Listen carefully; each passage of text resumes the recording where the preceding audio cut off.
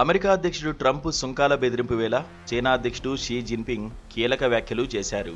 ప్రపంచం ముందు 2 ఆప్షన్లు మాత్రమే ఉన్నాయని, శాంతి, యుద్ధం లేదా చర్చలు, ఘర్షణలను ఎంపిక చేసుకోవాలని షీ జిన్పింగ్ స్పష్టం చేశారు. రెండో ప్రపంచ యుద్ధంలో జపాన్పై విజయం సాధించి 80 ఏళ్లు పూర్తయిన సందర్భంగా చైనా ఆయుధ ప్రదర్శనను ఏర్పాటు చేసింది. ఈ కార్యక్రమంలో తొలిసారిగా అధునాతన యుద్ధ విమానాలు, క్షిపణులు, ఎలక్ట్రానిక్ యుద్ధ సామాగ్రి ప్రదర్శించారు. ఈ ప్రదర్శనకు 26 దేశాల నేతలు హాజరయ్యారు. ప్రతిష్టాత్మక తియానన్మెన్ స్క్వేర్ వేదిక అయింది.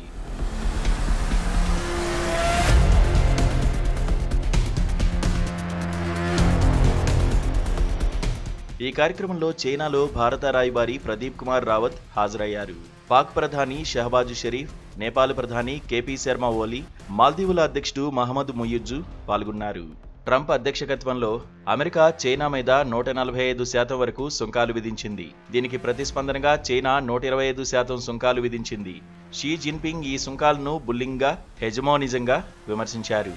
సుంకాల యుద్ధంలో విజేతలు ఎవరూ ఉండరని జిన్పింగ్ పేర్కొన్నారు. ప్రపంచవ్యాప్తంగా ఈ సుంకాలు ఆర్థిక వ్యవస్థలను కదిలించాయని, చైనా ఆర్థిక వృద్ధి 5.2% వరకు దిగిపోయిందన్నారు.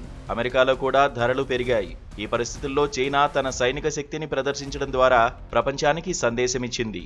పుతిన్, కిమ్ మధ్య కూడా సమావేశం జరిగింది. కిమ్ రష్యాకు సహాయం ప్రసాదించాలని చెప్పారు. ఉత్తర కొరియా రష్యాకు 15,000 మంది సైనికులను పంపిందని సౌత్ కొరియా అంచనా. ఈ ప్రదర్శన చైనా గ్రేట్ రిజువినేషన్ను సూచిస్తుంది.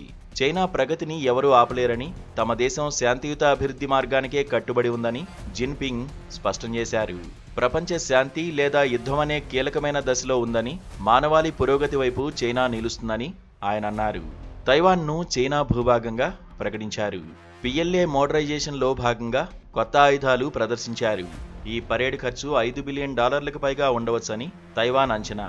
పీపుల్స్ లిబరేషన్ ఆర్మీ 10,000 మంది సైనికులతో 50,000 మంది సందర్శకులతో పాల్గొన్నారు. షీ జిన్పింగ్ ఓపెన్ టాప్ కార్లో సైనికులను సమీక్షించారు.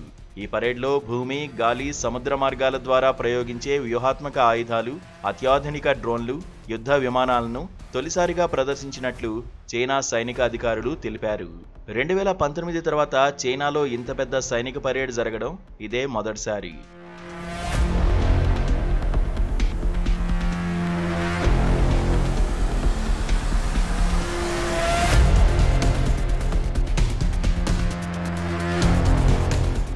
కాగా ఈ కార్యక్రమాన్ని ఉద్దేశించి అమెరికా అధ్యక్షుడు డొనాల్డ్ ట్రంప్ తీవ్ర విమర్శలు గుప్పించారు.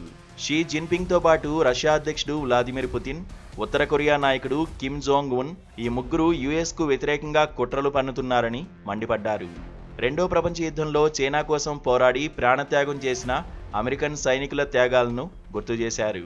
యుద్ధం నేపథ్యంలో చైనాకు మద్దతిచ్చి ప్రాణాలు కోల్పోయిన అమెరికన్ సైనికులను షీ జిన్పింగ్ గుర్తుంచుకుంటారా అనేది పెద్ద ప్రశ్నని ట్రంప్ పేర్కొన్నారు.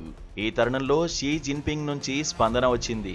దేశ సైనిక సామర్థ్యాలను మరింత పెంచుతామని ప్రతిజ్ఞ చేశారు. దేశ ప్రాదేశిక సమగ్రత, సార్వభౌమత్వాన్ని రక్షించడంలో సైనికులు కీలక పాత్ర పోషిస్తున్నారని అన్నారు. ఈ సందర్భంగా తైవాన్ను పరోక్షంగా ప్రస్తావించారు. తైవాన్ తమ దేశ భాగమే అని బీజింగ్ ఎప్పటినుంచో వాదిస్తోంది. ప్రస్తుతం తైవాన్లో ప్రజాస్వామ్యబద్ధంగా ఎన్నికైన ప్రభుత్వం అధికారంలో ఉంది.